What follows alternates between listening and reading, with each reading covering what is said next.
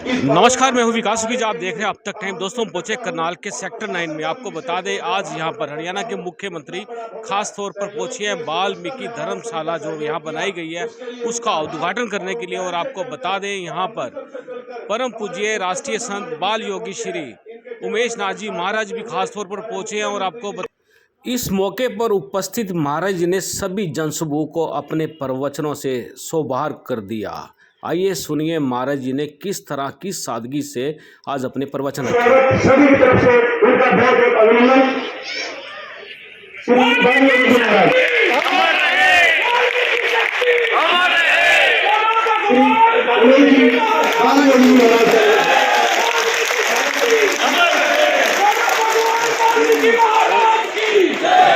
बाबा उमेश नाथ महाराज की, बाबा उमेश नाथ महाराज की, बाबा उमेश नाथ महाराज की।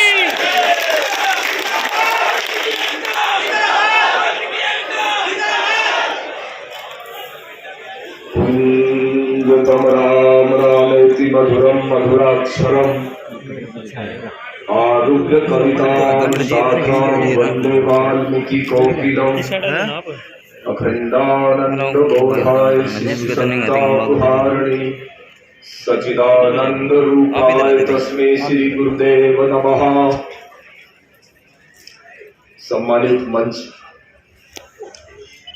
जिस मंच पर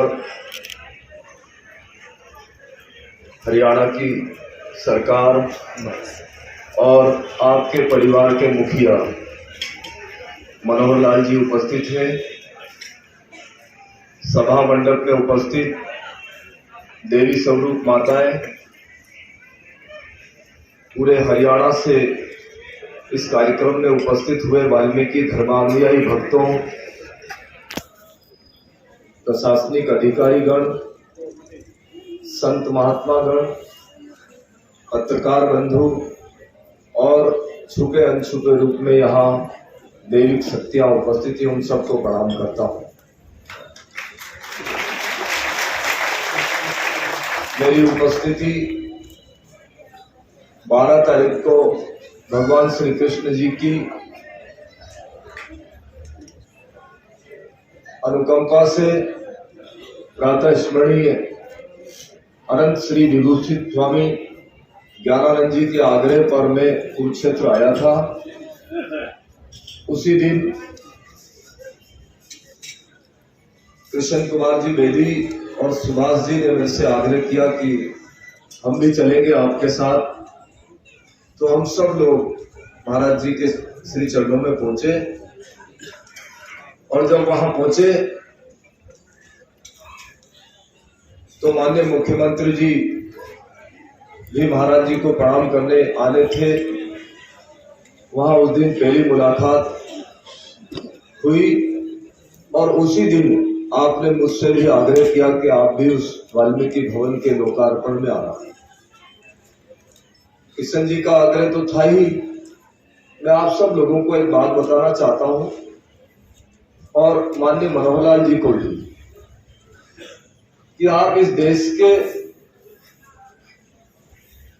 उन नागरिकों में आपकी गिनती है।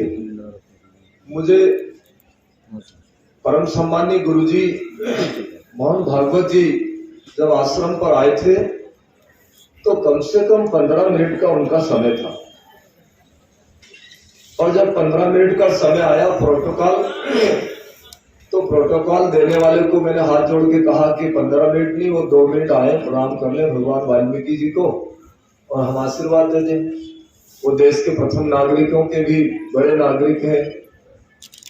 तो बिल्कुल सत्य बता रहा हूं कि 2.25 घंटा मेरे पास बैठे और पूरे देश का मानचित्र। हम जब संत हैं तो हम केवल वाल्मीकि समाज के संत नहीं हैं, हम रैदासी समाज के संत नहीं हैं। संत किसी जात का नहीं होता है। और संत क्या होता है? संत का मतलब होता है सर्वे भवन्तु सुखिनः, सर्वे सन्तु निरामया और सर्वे भद्राणि पश्यन्तु मां कश्चित् दुर्भाग्य भवेत्। हम झोली पसार करके सुबह 4 बजे परमपिता परमात्मा से प्रार्थना करते हैं कि हे प्रभु, इस पृथ्वी पर जितने भी जीव हैं सबको सुख मिले, सबको आनंद मिले, सबको यश मिले, सबको कीर्ति मिले। ऐसा नहीं कहते कि वाल्मीकि समाज को एक भवन मिले, ये नहीं। हम तो ये बोलेंगे कि पूरे जिले मुख्यालयों में, जितने भी जिले हरियाणा में, उन समस्त जिला मुख्यालयों पर एक एक वाल्मीकि भवन बनना चाहिए। और ये बात मनोहर लाल जी का तो प्रदेश छोटा है, यहाँ तो 10-15 जिले हैं। कितने जिले हो गए? 22 हो गए। जब ये प्रदेश बना था तो मुझे मालूम है कि 7 जिले थे और अब 22 जिले हो गए।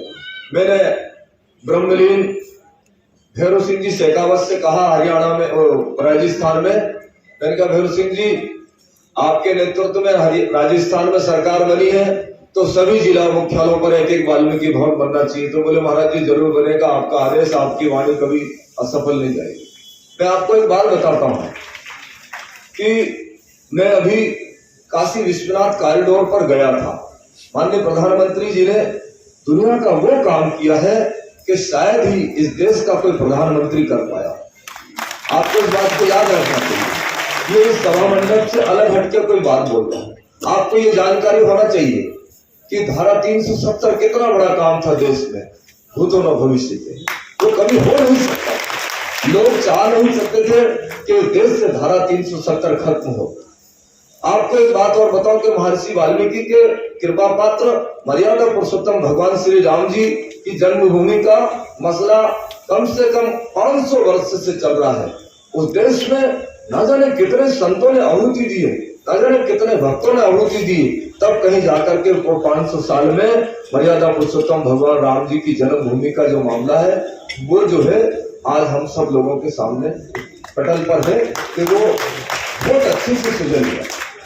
लेकिन आप सब लोग पूरे हरियाणा के नहीं, पत्रकार बंधु यहाँ बैठे हैं और खड़े हैं, पूरे हरियाणा की बात नहीं कह रहा हूँ, पूरे देश की बात कह रहा हूँ कि उसमें आपको ये बात भी अपने हृदय में संभाल करके रखना है कि विश्व हिंदू परिषद, आरएसएस, भारत की सरकार ने आपका सबसे पहले ध्यान दिया है, महर्षि वाल्मीकि का ध्यान दिया है।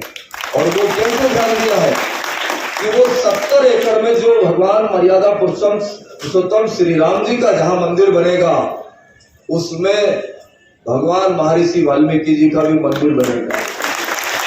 उसमें मां भगवती राजेश्वरी सबरी मैया भी अंकित रहेगी, उसमें निषाद राज भी रहेंगे, उसमें खाली खाली राम नहीं रहेंगे।